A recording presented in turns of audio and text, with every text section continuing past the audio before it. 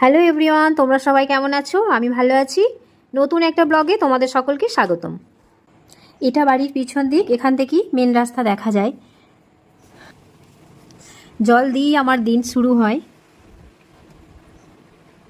Bedsheet পাতা না থাকলে ঘর অপূর্ণ থেকে যায়। মানা স্কুল গেছে, না হলে ও আমাকে অনেক হেল্প করে। এ তো ছুটোছুটি করার চক্করে আমি হাঁপিয়ে গেছি। এটা আমার দেওরের বাড়ি, প্লাস্টার হচ্ছে আর প্রায় হয়েই এসছে। কয়েকটা টব সামনের দিকে নিয়ে গিয়ে রেখে দিই।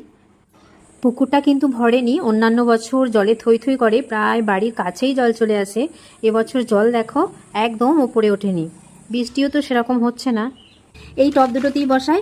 মাটিটা সার দিয়ে খোল দিয়ে মোটামুটি তৈরি করাই আছে। 2 বছর আগে ছাদে প্রচুর ফুল গাছ লাগিয়েছিলাম, পুরো ছাদটা প্রায় ভর্তি হয়েছিল, পা রাখার জায়গা ছিল না। এবছরও ইচ্ছা আছে, অতটা না হলেও কিছুটাও যদি পারি। না, এবার উঠি, খুব খিদে পেয়েছে, টিফিনটাও করতে হবে, দেখি কি বানানো যায়। আজকে এক জায়গায় যাওয়ার প্রোগ্রাম আছে, সেখানে দশহরা পুজো আছে।